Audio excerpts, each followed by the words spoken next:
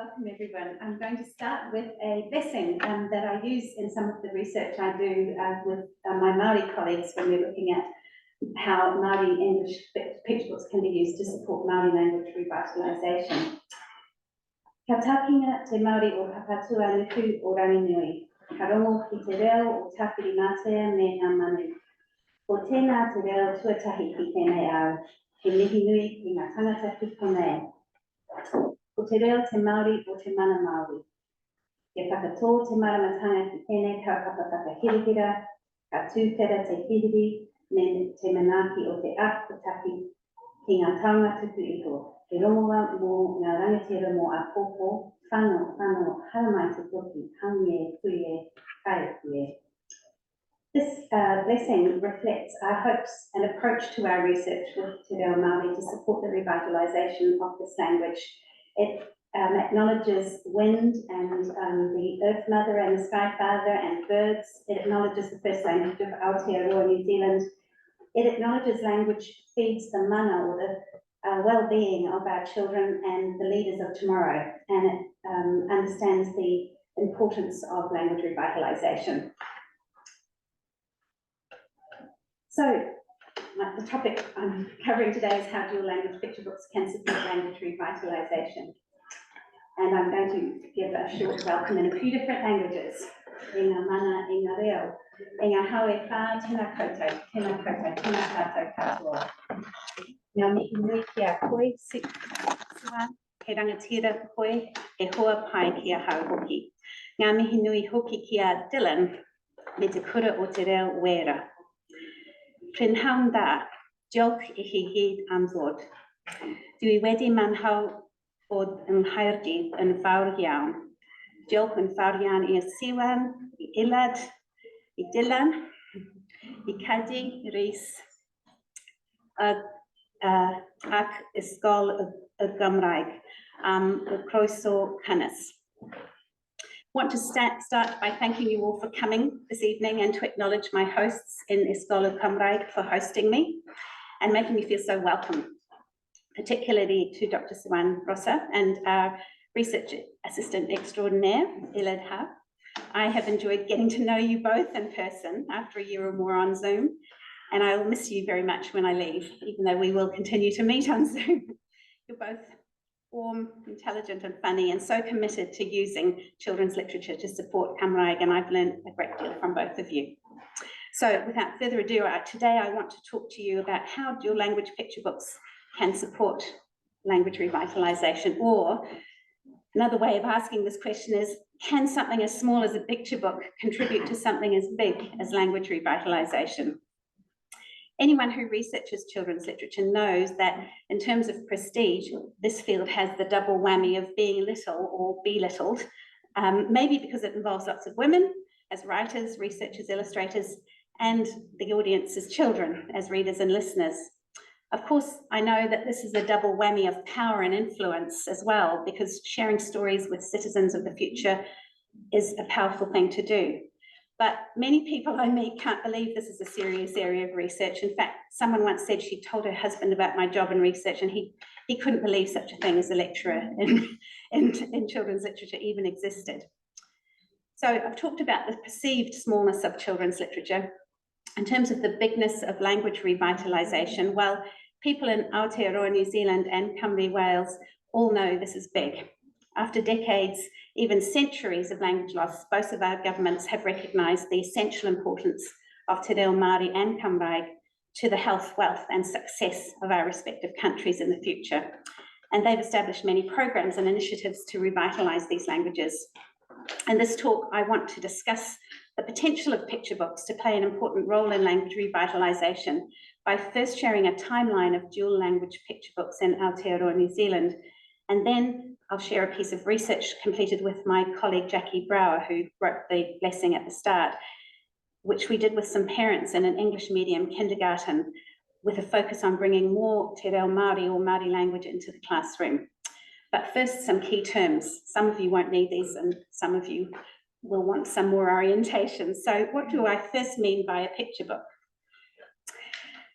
I always turn to this definition by Barbara Bader from the US, written way back in 1972. And for me, there are some key phrases in it. That picture books are social, cultural, and historical documents, and that their power hinges on the interdependence of pictures and words. One doesn't tell the story alone, they tell the story together. And I love the drama of turning the page. That's a huge part of the power of the picture book. Language revitalisation, we need to be clear on what this is as well. And here I use a quote from Professor Williams, who's here today, I think.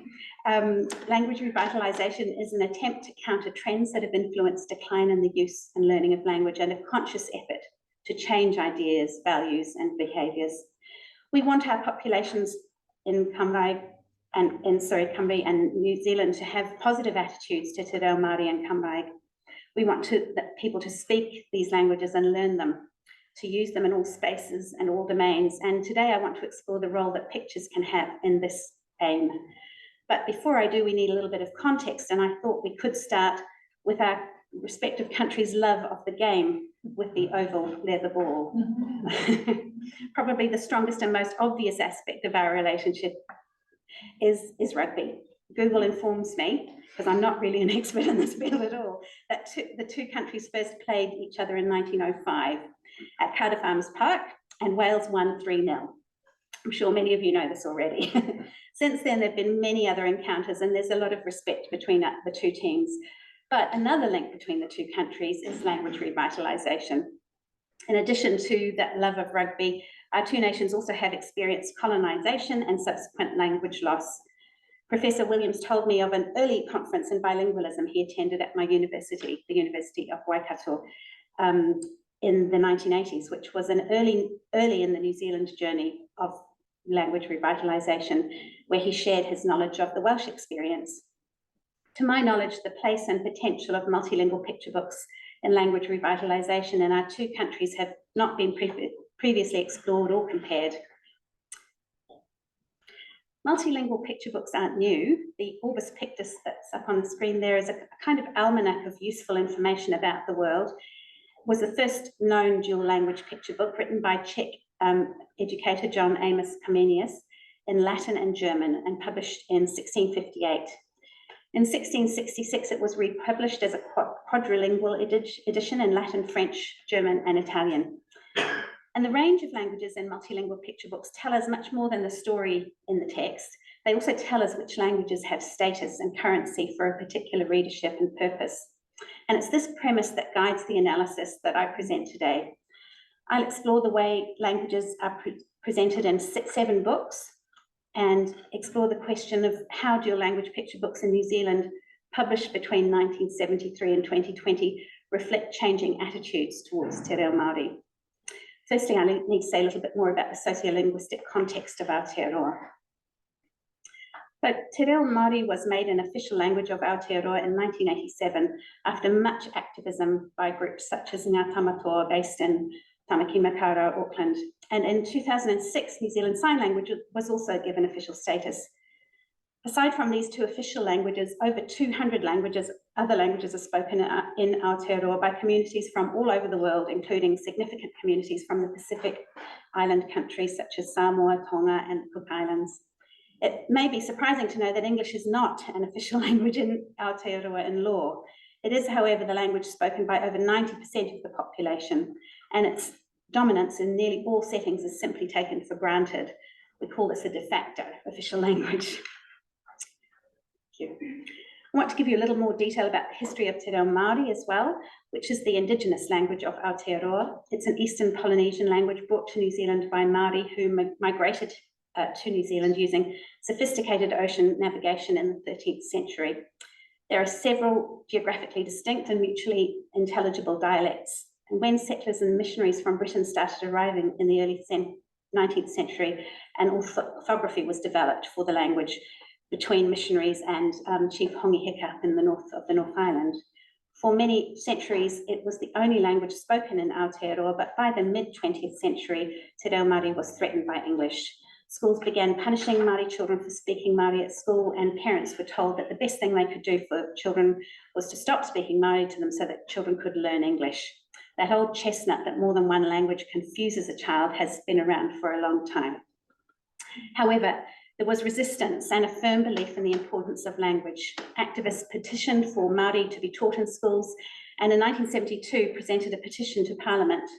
In 1975, Māori Language Week was established, a week where speaking and using Te Reo Māori is promoted nationally, and in 2023 we now have Mahuru Māori, which is the whole month of September, in which we're encouraged to use and learn Māori if we don't already have it as one of our languages. In 1981, Māori medium schools were established, and in 1987, as mentioned before, Te Reo Māori was given official status. Before I show you how the picture books featuring Māori in English reflect some of these key stages in the revitalisation of the language, I should say something about New Zealand English, the ancestor of which arrived with British settlers in the late 19th and early 20th century. By 1850, the majority of the population was speaking English, and in 2013, the census shows that this is the language spoken by over 90% of our population. As you listen to me today, you will hear we have a distinctive vowel set, and one of the key features of contemporary New Zealand dialect is the use of many Māori words woven into the English language, and you'll hear that throughout this presentation too. Not only to refer to distinctive flora and fauna, but increasingly to refer to key educational and cultural concepts of particular importance to New Zealand society. So to focus in more closely on my main discussion today, I propose that the use of dual language picture books both reflects and contributes to changing usage of and attitudes towards Te Reo Māori, but which comes first? He ki he hei rane, the chicken or the egg? The reflection or the contribution? I want to suggest that rather than one coming first, there's a cycle of feeding and flowering going on.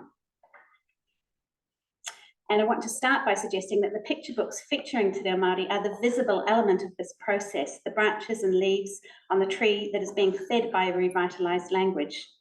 So in the next 12 slides, I'm going to share 7 picture books, which I see as a flowering of the publishing, reflecting what's happening in the roots of the language being revitalised.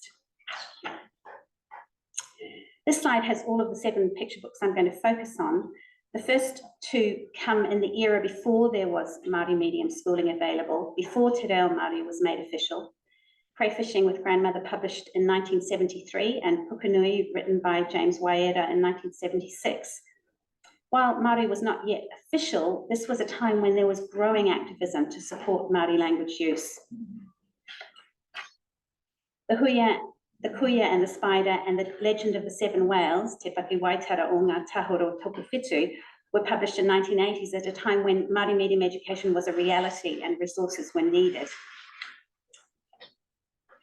Maranga Mai and Kanohi are both from independent publishers, and these came out in the first 2 decades of the century, where there began to be an uptake in English medium settings for Te Reo Māori, and when many Māori and Pākehā, or New Zealand European parents who had not learned Māori themselves wanted this for their children. And lastly, we have Whakarongoki or Tupuna, Listen to Your Ancestors, written first in Māori by a Māori writer who learned his heritage language as a second language learner, and who now teaches it in university. It was published as a bilingual edition with the full text in both languages by a small New Zealand press. So let's first look at Prifysgol with Grandmother, which has an English title only, but within the book there's both Māori and English text, with English coming first. This was published in 1973, and as far as I can tell, both author and illustrator are Pākehā or New Zealand European. There is a glossary of Māori words for English speakers at the end of the book. Macrons are used to denote long vowels in the Māori text, but there are also a few Māori words used in the English text where macrons for the long vowels are not used.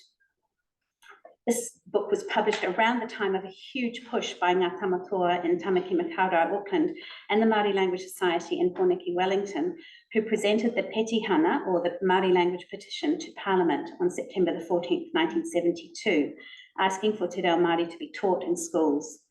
It's worth noting that there were non-Māori allies who also supported this cause, and I would imagine the 2 creators of this book were among them. Now coming to 1976, again close to the time of the Petihana or the petition, James Waiera, a Māori author-illustrator, created a series of books about young boy, named Pukenui.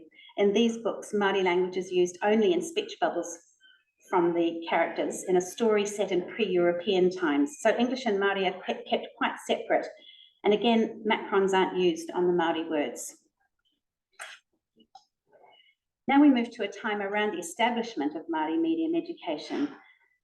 Māori medium education began with kohanga reo, or language nests, which is early childhood education, established by the grandparent generation to pass on their language skills to their grandchildren or mokopuna, because the parent generation had missed out because parents had been told don't use Māori with them, they need to learn English.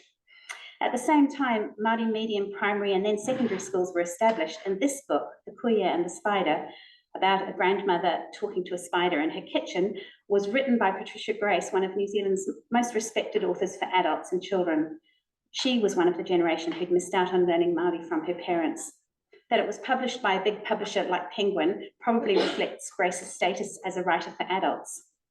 In her memoir, she recounts insisting that this book was also published in a Māori version, which was translated by another person, as she was so aware of the need for Māori medium schools to have puka or books featuring Māori only.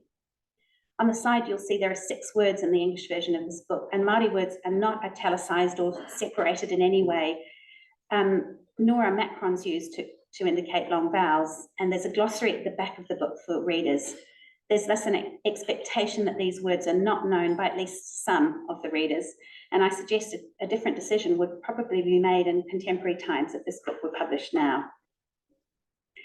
The 4th book I'm looking at, The Legend of the 7 Whales of Ngāi Tahu, Te Whaki Waitara o Ngā Tahoro Tukuwhetu, was published in 1988 and actually republished in 2018, which is a sign of a book that lasts a long time in New Zealand. Often our books aren't republished. Here we have another author of Māori heritage, Mere Whangas Sholem, creating resources to pass on traditional stories and knowledge to her mokopuna to be used in Māori medium settings, educational settings. English is given more prominence on the cover, as you can see there. It's slightly larger, but Māori is given first throughout the book. In this book, which has the story fully in both languages, macrons are used in the Māori text for the long vowels, but not on the Māori words woven into the English text. And now we come to an era between the late 1980s and up to the early 2000s, when many, many dual versions of books were published, one in English, one in Māori. I believe this reflects the establishment of Māori medium education and its bedding down when Māori-only resources were really needed for the children in these settings. English was everywhere outside of the schools. Māori only was needed for effective language immersion in the schools. Many dual versions of picture books were published in this time, reflecting a focus on supporting the children in Māori medium settings in their language learning and in language revitalisation. And I've just given a few examples of those. There were many, many more. Coming into book 5, Maranga Mai. Now we're in the early 2000s, and this is the first of a series of over 20 picture books written by Sharon Holt, a kindergarten teacher in English medium settings, who could see that teachers like herself needed support to bring Te Reo Māori into the classroom, as was being now required in the New Zealand curriculum. Holt presents Māori only through the text, and there's a use of bright, bold illustrations to support comprehension. The English text is presented very minimally, either at the end or the beginning of each book. And in addition, there's a song sung with the text as the lyrics on an accompanying CD, or now there's a URL. It's clear by the presentation of a pronunciation guide that the intended audience here is English dominant, learners of Te Reo Māori. Now there's a shift in attitudes towards Te Reo Māori, in that more parents want their children to learn it, and the New Zealand educational system requires it in their curriculum. Jumping ahead to 2015, we have a series of board books created by 2 cousins with Māori heritage, who both had children who they wanted to learn Māori, and they noted that they couldn't buy books in a bookshop like you could for English, board books and things to use with young children. So they established a publishing company and produced their own book series with careful consideration of putting Māori text on each page, first in bold, it was always first, and it's always in bold and larger than the English text beneath. It's clear the English text is there to support the adult reader, and there's a pronunciation guide at the end of the book.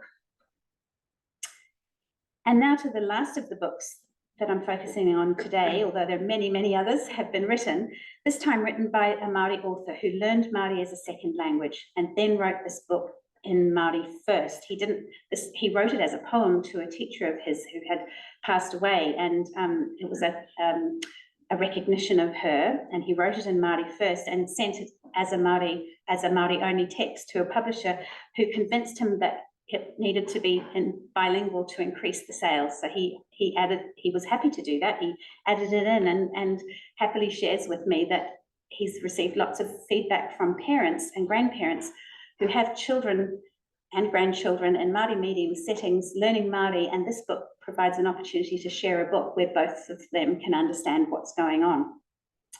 So unlike the books we looked at earlier, we now have both languages on the page, but Māori is given more prominence. It's all first throughout this whole book. You can see on the cover that it's larger.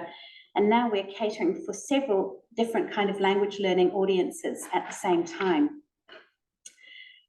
So to sum up, I hope I've shown you in a brief way that these picture books reflect the changing status and attitudes towards Te Reo Māori as it's been revitalised over the last 50 years. I hope you've seen the changing status of the two languages and the changing expectation of who the audience is. Why does this matter? It matters because picture books have an important role to play in language acquisition. They have a role in maintaining first and additional languages, and it's very important that all children see and hear themselves and their identity reflected in what they read and share with their caregivers. So turning from this timeline, remember the tree. Well, now I'm moving on to look at the roots, the feeding of the language through language acquisition using puka pikitia or picture books. Firstly, I want to tell you about the literature supporting the role of picture books in language learning, both first and additional languages. When we read picture books with children, they hear new words and structures which take on meaning because of the story and the images accompanying them. With this knowledge in mind, my colleague Jackie Brower, herself a Wahine Māori educator, a Māori female educator, we both established a picture book club for parents at a kindergarten to explore how their books could be used to support the parents' children's Māori language learning. So here's Jackie, without whom I couldn't have done this research. We established 4 sessions of about 90 minutes with parents after a kindergarten session in an English medium setting. And in these 4 sessions, we introduced parents to bilingual picture books. We started with books featuring single words, including dictionaries, and we then moved to puka with simple sentences. And lastly, we introduced puka with more complex sentences using songs on accompanying CDs. In each session, we presented a range of books and we asked the parents to consider how they might use them at home to support the language learning that their children were doing in the kindergarten settings. At the end of each session, they took home a book, and after all 4 sessions, we interviewed them to hear more of their thoughts. So here are some of our findings. Katerina said that, and all of the names I'm about to use are pseudonyms, said that starting the 4 sessions with books that only had single words and ending with the books that had the songs or the waiata worked well for her. She said the level of language in the books didn't make me scared to come again. It was welcoming, it was basic but effective. In week 2, parents noted that picture books were a form of mobile learning which allowed parents to offer input to their children in many different settings. They also said they could see how the single words they learned from the picture book club could be woven into their English sentences throughout the day. Our findings showed a wealth of ideas from the parents about how the puka could be used to support Te Reo Māori in the homes. In week 2, a parent suggested the technique of saying a new word in Te Reo Māori and then repeating it in Te Reo Pākehā or English, using one language to bridge meaning into another. In week 3, a whānau or family member noted that there are techniques in reading where you don't need to translate every time. You leave gaps and children will work it out.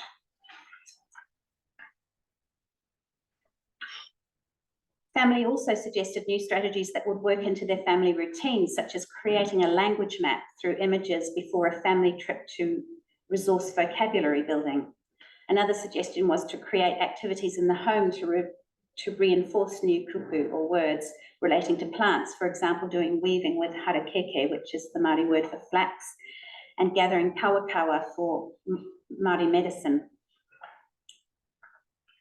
Another family member commented that when they listened to books that had recorded songs, that could support her child's father to share a puka with his child and listen and learn pronunciation at the same time. So both the reader and the listener were language learning at the same time. We saw some big shifts in attitudes, not only among parents towards language learning. In session 1, and this is a bit of an example, in session 1, one of our participants mentioned that her son didn't like it when she used Māori words at home. During her interview at the end of the 4 sessions, she shared that there'd been a change in his use of te reo Māori at home, and she wondered if this was because of him being part of the group occasionally throughout the sessions. When we ran the sessions in the kindergarten, some of the kindergarten teachers did games and occupied the children at the side, but the children would come in and sit beside their parents every now and then, and we noticed that this was actually, there was some learning going on here. She said that she noticed her child had started to say ka kite for goodbye and kei konei for it's here, and he was counting up to 10, which he'd never done before.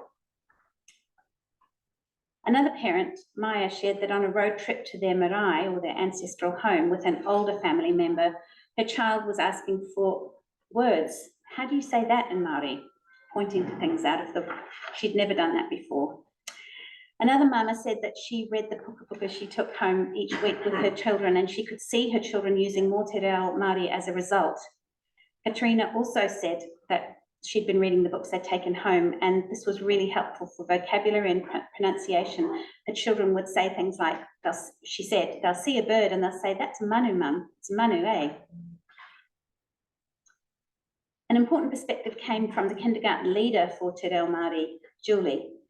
Julie commented on the contribution of the Picture Book Club to the focus of the centre on increasing the use of te reo. She said that the puka were giving whānau something to take home, and she thought that the tamariki, or the children, were coming back to the centre with much more interest in what the centre was doing with the Māori language. It definitely supports what we're doing, she said. They were a bit more open and willing to accept what we were doing. Maybe they were experiencing it more at home as opposed to just getting it at the centre and going home. So to summarise our findings from this study, the introduction of the puka pikitia, or the picture books, using te reo Māori, even over 4 short sessions, led to specific incidences of increased te reo Māori in the everyday lives of the whānau or family. During the Picture Book Club, tamariki were observing their parents as language learners as well, and seeing how their parents' ideas in language learning were valued. And if we refer back to the tree, we see that these books are in effect kind of feeding the language that I mentioned earlier in the talk. So to conclude, and answering my initial question about something as small as a picture book contributing to something as large as language revitalisation, I hope today I've shown you that yes, picture books can support language revitalisation.